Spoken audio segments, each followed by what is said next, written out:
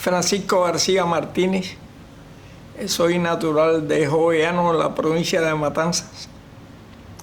Fui llevado para Lumap el 16 de junio de 1966, en donde se me envió un telegrama diciéndome que me presentaran el cuartel rural de mi pueblo, y allí pues nos tenían agrupados a un grupo como, calculo yo, unos 20 y pico.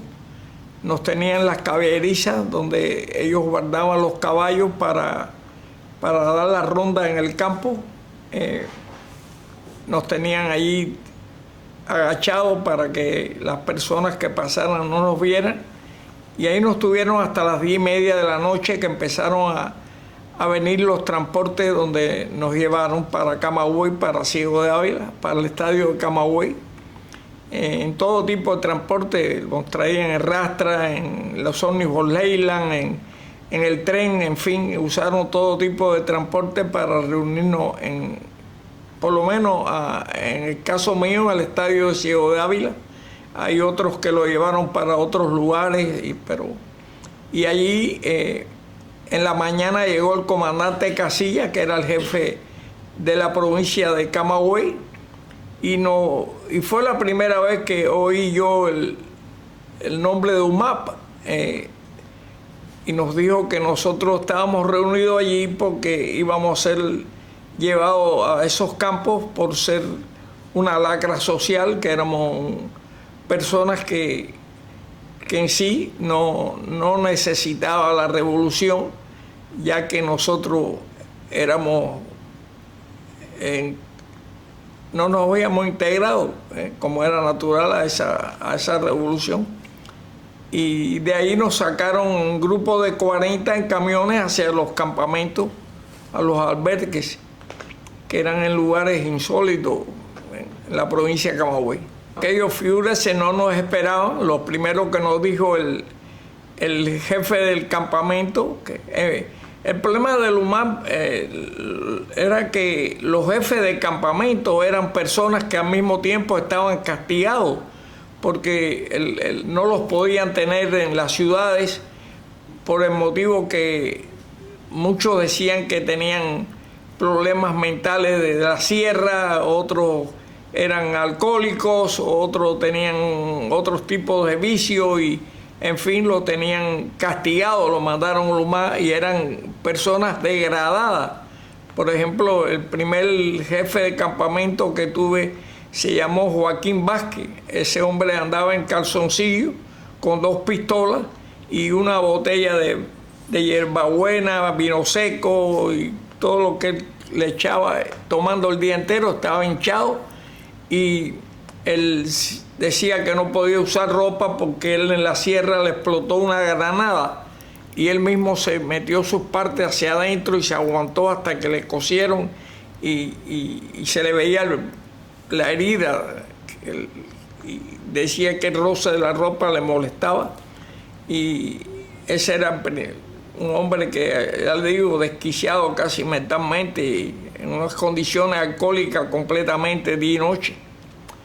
El campamento tenía, algunos tenían 3, otros en los que estuve yo siempre tuvo 2 barracas, y algunos, como explico, tenían 3 barracas, y tenían una barraca separada que era donde la oficialidad vivía, una cocina con un comedor continuo y unos fregaderos, lavaderos que le llamaban ellos, y los baños no existían. Los baños eran a distancia, a final de las cercas, era un hoyo que abrían un hoyo profundo y le ponían una tabla arriba, y ahí tú tenías que hacer tus necesidades.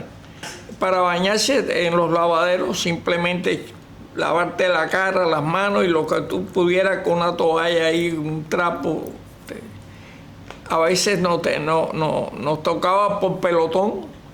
En los campamentos habían a veces 3 pelotones, 4 pelotones de 40 hombres cada uno. Y se bañaban, a lo mejor hoy 2 pelotones y mañana 2 más, pero no era una cosa que habían facilidades para el baño. Bueno, ellos decían que nosotros, esa era la versión que ellos daban, que nosotros éramos, debido a que ellos no tenían confianza para entrenarnos militarmente, nosotros estábamos pasando el servicio militar en el campo. Por eso le llamaban unidades militares de ayuda a la producción, porque decían ellos que ellos no nos podían dar entrenamiento militar ya que nosotros no éramos confiables. Yo, como siempre he dicho, en el caso de los homosexuales, ellos no llegaron, yo creo, ni al 5% de los que fuimos llamados, y tuvieron una actitud de verdad valiente, porque tal fue así que ellos a los 6 meses, casi a todos los mandaron para su casa, porque el ejemplo que daban ellos simplemente eran muy organizados. Ellos nombraban un líder entre ellos allí, y ese líder, el día que ellos no querían trabajar, salían y decían: no, hoy no vamos a trabajar porque tenemos la regla, y simplemente no trabajaban. Y si los sargentos empezaban a golpearlos, a netazos con ellos decían: bueno, usted está enamorado de mí, por eso usted me castiga de esa manera. Y en fin, era un ejemplo malo para el resto de los... Y lo fueron reuniendo, lo llevaron entonces para un solo albergue, y que yo sepa, porque nosotros estábamos incomunicados, por lo menos los que se llevaron de mi pueblo, que fueron 2 o 3, lo regresaron a los 6 meses, estaban ya en el pueblo. Ahí todo el mundo recibíamos castigos si no hacíamos lo que ellos ordenaban. El homosexual era muy rebelde, la verdad, era más rebelde a lo mejor que nosotros. Pero fueron una minoría tremenda. Lo que pasa es que el gobierno los cogió a ellos para tapar en sí a los que habíamos llevado ahí, que éramos la juventud, que no nos habíamos integrado, y ellos no podían permitir a esa altura de que hubieran jóvenes que no estudiaran. En el caso mío fui expulsado del colegio de comercio de Cárdenas, estaba en el 2º año. Empezaba el 2º año, nos sacaron para el patio un día y nos dijeron que queríamos que perteneciéramos a la milicia estudiantil, y dijimos que nosotros íbamos a ir a estudiarnos a nada militar o menos milicia, y fuimos expulsados, 100 y pico. Bueno, ahí vi, yo llamaba el UMAI, siempre lo he llamado cuando me han entrevistado sobre él, un laboratorio de terror. Ahí yo vi todo lo que la mente humana pueda imaginarse de terror, en fin, lo vi en el UMAP. Vi arrastrar personas por las guardarrayas aquellas, con los tractores a caballo, lo mandaban los testigos de Jehová, que fueron para mí los que más castigos recibieron, debido a que ellos no aceptaban nada militar. Y los amarraban con alambre de púas a la cerca esa, desnudos. En Camagüey había un mosquito que le decían el mosquito matacaballo, que era 4 veces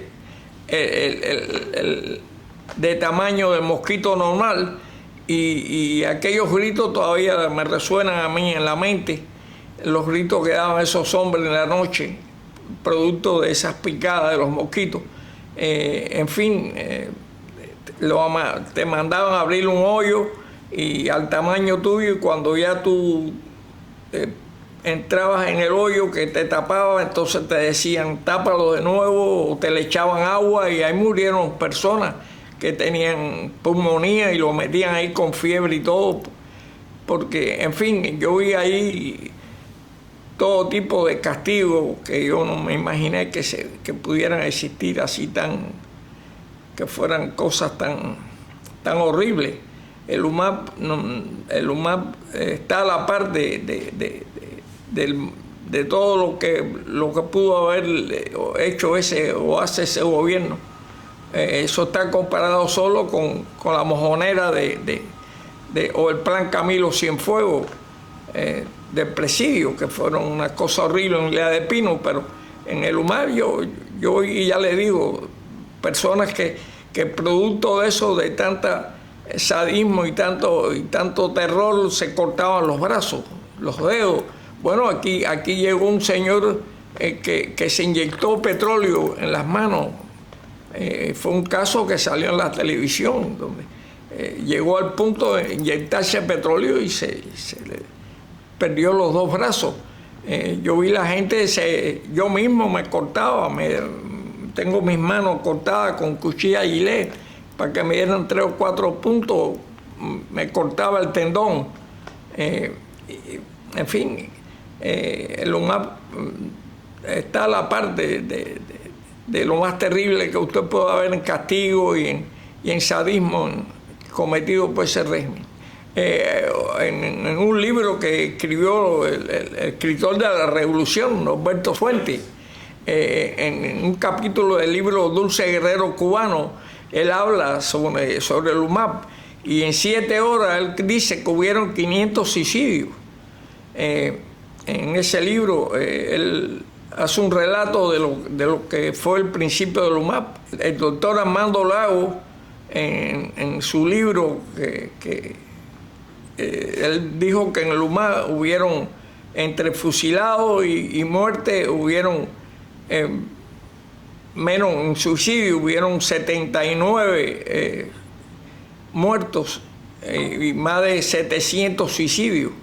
Bueno, lo que sabíamos del EWAP, aunque no estaba en el mismo campamento que estaba yo, porque esa es otra cosa. En el UMAP, cada campamento tuvo distintas maneras de ser operado, dependiendo quién fuera el jefe del campamento. Por ejemplo, al Egualo fue en las tumbas, le llamaban el campamento, y nada menos que el jefe de ese campamento lo decían Caballo Loco.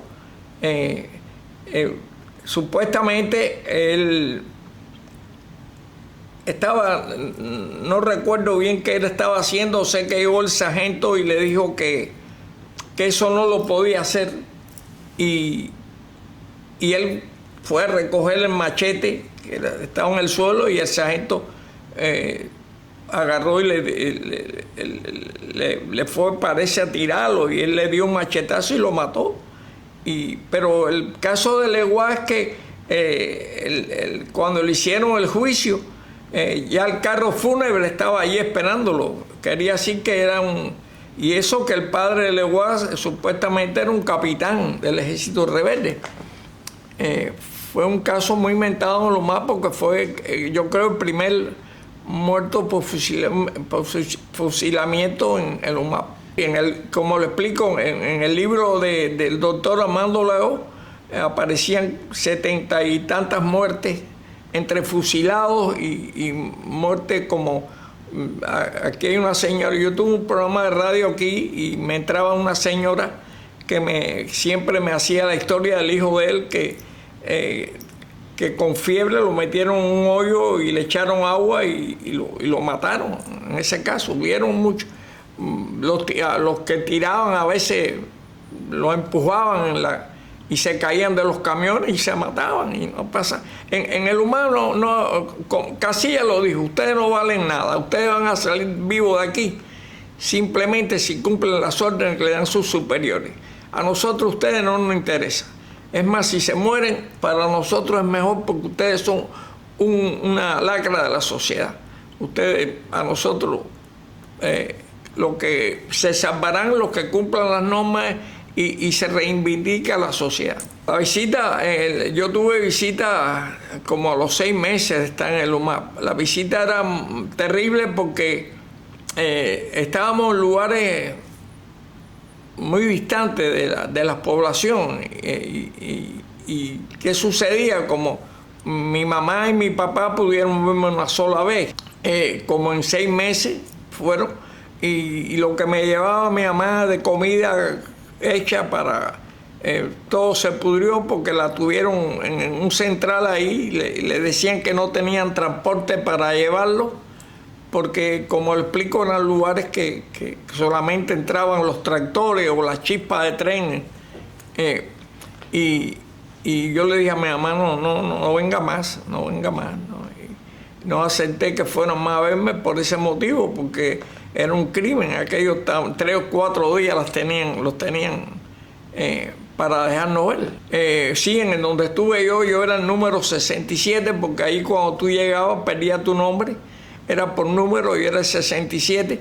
Había un muchachito de Cárdenas que era el 66, porque eran literas hechas rústicas de 2 pisos, y él dormía abajo y yo dormía arriba, y lo sentí que salió un día, porque él era un muchacho amanerado, pero no creo que fuera homosexual, porque él siempre me decía que su mamá le hacía la comida y los frijoles y se lo hacía puré, y que la ropa se la planchaba una vez y cuando iba a salir se lo olvidaba. En fin, muchacho.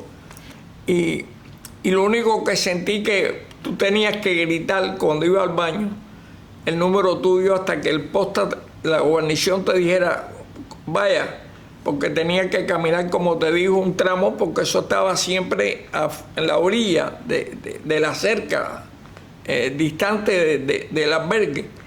Y oí el nombre del número, el 66, quiere ir al baño, 66. Y fue lo último. Me acosté y me quedé dormido. En la mañana, cuando nos recontaban, lo sacaban, lo paraban y nos hacían un recuento, faltaba él. Y entonces, como es natural, me preguntaron a mí, 67, ¿qué pasó con el 66 que no está? Yo le dije, no sé, lo último que oí fue que fue al baño. Bueno, como a los 2 días se había tirado por la fosa, donde la fosa donde se hacían las necesidades, y ahí se había ahogado. O se cayó, puede haber también, porque como explico, en una tabla que te ponían ahí, pero yo creo que él se lo hizo adrede, porque él estaba en unas condiciones desesperantes. Mucho, yo vi siempre el cuento de Halcón, se llamaba, Halcón o Falcón.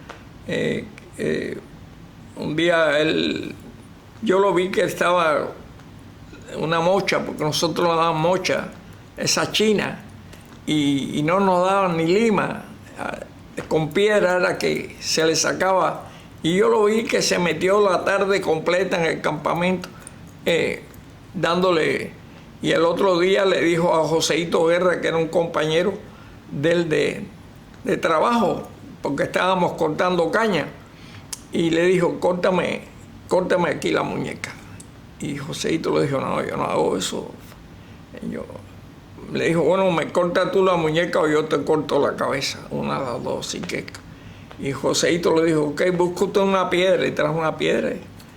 Y Joseito soltó la mocha aquella que él había, fíjate, la tenía, y de ahí salió gritando, me corté, porque te decían no salgas sino de los campos, porque tenían alrededor del campo caña, y ellos tenían la guardia.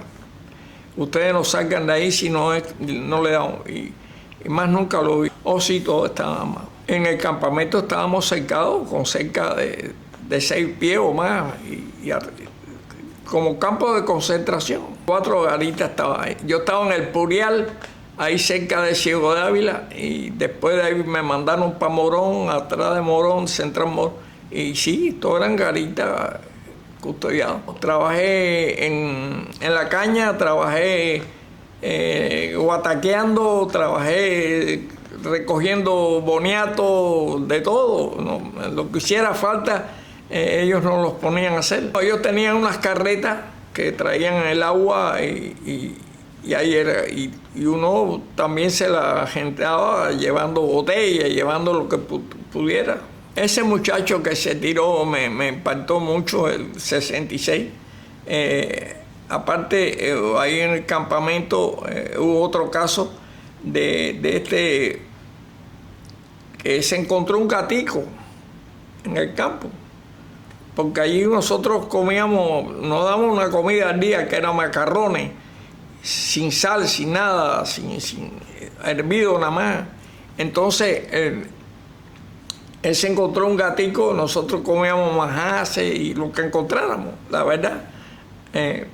Y se lo metió dentro de la camisa, y ya íbamos para el campamento, y el gatico iba maullando, y el sargento le dijo, oye, ese gatico suéltalo, porque en el campamento no permitimos animales. Y él le dijo, sí, yo lo suelto.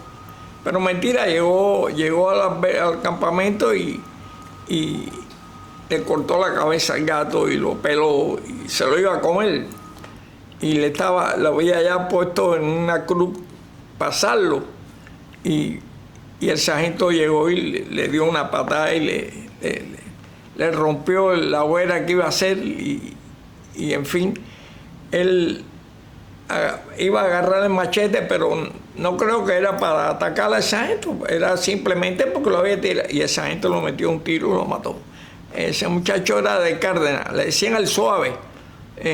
No me acuerdo, lo mató. Lo asábamos, claro, sí. En Majá, déjame decirte que el Majá Santa María, ese que abundaba en Cuba, tiene distintos sabores. A veces tiene un pedazo que parece pollo, otro es una cosa de la naturaleza. Pero bueno, nosotros, como te explico, teníamos que comer lo que encontráramos, porque, en fin, lo que nos daban de comida era lo mínimo, y en la mañana nos daban un vaso de un agua ahí caliente que le llamaban café, pero aquello no. Y un pedazo de pan que cuando nos daban, que era un pan ya de días. Bueno, nosotros casi en la mayoría de los campamentos que nos cuidaban a nosotros eran muchachos de servicio militar. Y algunos, como eran buenos y otros eran malos. Había algunos que de verdad nos ayudaban o nos llevaban la correspondencia, en fin, y habían otros que eran tremendos. Los oficiales que habían eran el jefe de campamento, el comisario político y los sargentos jefes de los pelotones. Eran una guarnición de 8 o 10 hombres, pero los demás eran muchachos de servicio militar, que eran los que nos cuidaban y mantenían el orden en el campamento. Bueno, a mí me llevan a lo más porque como yo caigo preso con 14 años en el Castillo San Severino, el 7 de diciembre de 1961, me recoge seguridad del Estado en mi casa. Rodoaldo Vera Pastrana, que se llamaba el jefe interrogador de seguridad de la provincia de Matanzas, y me llevan para seguridad del Estado. Ahí me tienen 3 meses. Después me llevan para el Castillo San Severino, que por cierto, es una anécdota que a veces yo había ido con un tío mío a Placeta, lo había acompañado y regresamos como a la 1 de la mañana, y viniendo de Placeta había un cerco en toda la parte izquierda de la carretera, pero que duraba kilómetros y kilómetros. Y cuando yo llegué al pueblo de Perico, le dije a mi tío, voy a averiguar qué está pasando, porque alguien tiene que estar ahí grande, que esta gente le tienen el cerco este. Y cuando le pregunto a un miliciano, me dice, ahí tenemos a Tondique acorralado. Y entonces yo le dije a Tondique, me dijo, no, sí, ahí está, ahí lo tenemos, ya lo vamos a agarrar, ahora le vamos a dar candela a la caña. Y bueno, y llegué a mi casa como a las 1:30 y a las 2 de la mañana tocan la puerta y mi papá abre la puerta y le dicen, venimos a buscar a Francisco García. Y entonces el papá le dice, soy yo. Dice, no, usted no es su hijo. Y cuando llego a seguridad del Estado, estaban toda la gente esa del cerco ahí. Y yo le decía, si ustedes supieran que yo pasé y vi el cerco y hasta pregunté y me dijeron que era la gente de Tondique.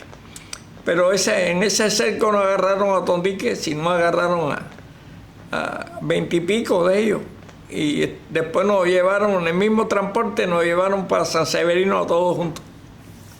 Yo la verdad que en primer lugar, bueno, te agradezco que de verdad se publique lo más fue, porque el régimen ha tratado y ha logrado, hay que decir que ha logrado que se tenga el UMAP como un lugar de que fue llevado los homosexuales y que fue llevado la lacra de la sociedad. El UMAP fue una de las cosas más terribles que yo creo que ha existido en ese tiempo, en ese gobierno. Y me gustaría que fuera, que se dijera y el mundo supiera lo que en realidad fue el UMAP, que fue un campo de concentración terrible. Ahí lo único que faltó, comparado con los campos alemanes, fue el crematorio, pero todo lo demás que se vio ahí. Yo entré allí, cuando yo entré al UMAP, a mí me decían en mi pueblo manteca, que pesaba como 200 y pico, teniendo 14 años. Y el mismo que me puso manteca, me puso cuando salía el cadáver, porque pesaba 80 y pico libras. El UMAP fue terrible, fue terrible. Lo que pasa es que en realidad nadie ha divulgado lo que fue y siempre, cuando yo llegué aquí a este país, yo me inscribí en Alfa 66 y yo le hacía el cuento a Nazario y Nazario me decía, pero de verdad, yo le decía, sí, Nazario. Aquí cuando hablan del UMAP te dice, sí, donde mandaron los homosexuales. Y yo le decía, no, eso no fue así. Ahí había de todo.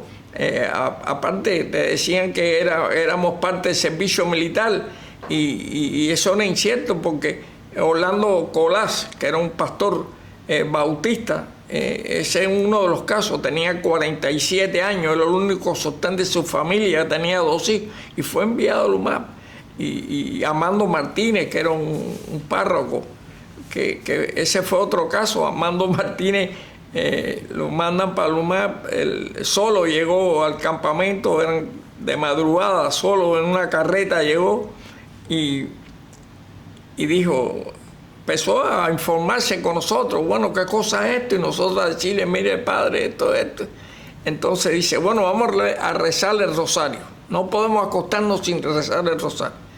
Y le dijimos, padre, aquí no se puede hacer bulla, aquí en este campamento, por muy bajito que recemos, se va a retumbar en todo esto y no va a caer. No, pero hay que rezarlo bien bajito para que... Y empezamos, y efectivamente empezaron enseguida los guardias, cállense la boca, ¿qué pasa?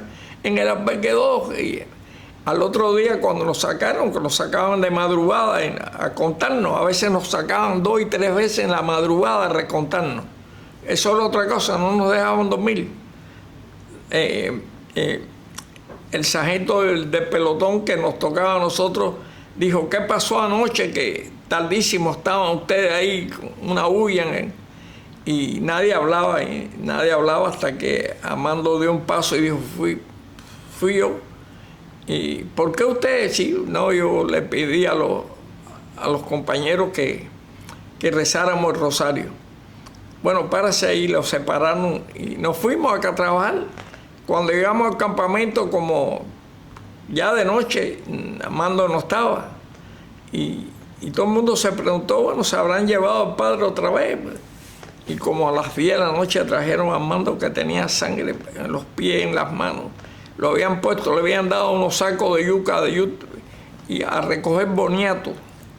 Y el boniato es una cosa que es un tubérculo, que tú a lo mejor agarras uno aquí y camina, y tenía que llenar 6 sacos, le dijeron, de boniato. Sí, y le dieron de los zapatos romperroca, le dieron 2 del mismo pie, que no podían ni caminar. Porque ellos los paraban en fila, le decían, a ver, le hacían una fila con ellos y le decían, a ver, cuádrese. Entonces, ellos no hacen ningún de eso militar, la religión no les permite. Entonces, ellos se negaban a cuadrarse ni a hacer ningún tipo de gesto militar y entonces ellos los castigaban, los ponían, como le digo, desnudos en la cerca, y casi una gran parte de ellos, cuando se acabó el UMAP, lo metieron para las cárceles, no lo soltaron. Bueno, el UMAP, como lo he dicho siempre, el UMAP fue un atroz, los campamentos del UMAP fueron campos de concentraciones donde se cometieron todo tipo de abusos. Fíjate que uno de los lemas de nosotros era en donde jamás hubo un gesto que fuera humano. Todo ahí fueron una violación completa de los derechos humanos de la persona, del hombre, del ser humano. Ahí nos trataban como animales, ¿no? Ellos decían que si moríamos era un triunfo de la revolución, porque nosotros en ningún momento, si no nos integramos, y eso fue una de las cosas que yo estoy orgulloso, que no nos pudieron doblar, no nos pudieron que tuviéramos que arrepentirnos ni integrarnos a la gran mayoría, a no ser alguno como el cantautor Pablo Milanés, y que después de haber hecho una canción ahí que fue famosa que decía 14 pelos un día, salió y se le olvidó todo lo que nos dijo a nosotros ahí con el sanitario del campamento que estaba yo, que se llamaba Raciel Vega, que era de Cárdenas. Le permitían ir todos los días a Ciego de Ávila a buscar las medicinas, o sea, las pastillas, las cosas que nos daban, lo poco que daban allí de medicina, porque en realidad no daban nada, pero bueno, las presillas cuando nos cortábamos, que eran unas presillas que te ponían. Y un día hablando conmigo me dijo, me voy a fugar, ya tengo todo preparado para fugarme. El hijo del farmacéutico de Ciego de Ávila me va a ayudar, me va a dar ropa y me voy. Y yo le dije, ¿me puedo ir contigo? Y me dijo, ok, vámonos. Y así fue, nos salimos, nos fugamos del campamento por la cerca, por la parte de atrás de la cerca. Nos fuimos eran como las 12 de la noche. Y nos metimos, fíjate, en la caña, y la paja esa de la caña, y el cogollo ese que te corta. Llegamos a Ciego de Ávila al amanecer. Y efectivamente el hijo del farmacéutico nos dio ropa, pero no nos pudo dar zapatos, porque el zapato no nos servía. Y nos fuimos para los elevados ahí de Ciego de Ávila, que era donde paraban los camiones, que transitaba de Oriente hacia La Habana llevando productos agrícolas. Y con idea de agarrar un camión, porque sabíamos que la terminal de tren y de ómnibus, ellos ya tenían la experiencia que la gente iba para allí y te agarraban allí. Y nos fuimos para allí. Y estando allí, uno de los camioneros le dijo a otro, esta noche en la explanada de la secundaria básica va a estar Pacho Alonso tocando. Y me acuerdo que recién me dijo, hace mucho que no bailo con Pacho Alonso. Y yo le dije, ¿qué tú quieres? Y dice, vámonos a bailar y después nos vamos. Y entonces nos fuimos para allá a bailar y nos cogieron por los zapatos, porque yo estaba bailando hasta con una miliciana, me acuerdo, y me tocaron por detrás y me dijeron, ¿usted vive aquí? Y yo le dije, no, yo soy camionero, yo estoy de paso. Y me dijo, ¿dónde está el camión? Yo le dije, están en los elevados. Y entonces, me dijo, ¿y esos zapatos? Y le dije, no, son los míos. Dice, no, esos son zapatos de trabajo, y no son son de los más, me dijo. Y no, me llevaron para Viva a mí, a él. Y la suerte es que el teniente que estaba en el campamento, que era jefe, se llamaba Falcón, Marcelino Falcón. Había sido un hombre que había estudiado segundo año, tercer año de abogacía y había sido jefe de la policía de Santiago de Cuba. Y Raúl Castro llegó un día y estaba su señora con él. Raúl Castro dijo, saca la prostituta esta de aquí. Y él fue y trató de darle un piñazo a Raúl, y lo degradaron a primer teniente y lo mandaron para Lomar. Pero ese era el único de los jefes de campamento que uno podía hablar con él y te oía y me salvé por eso, porque por fugarse te metían. para el calabozo y te ponían castigo grande. No había calabozo.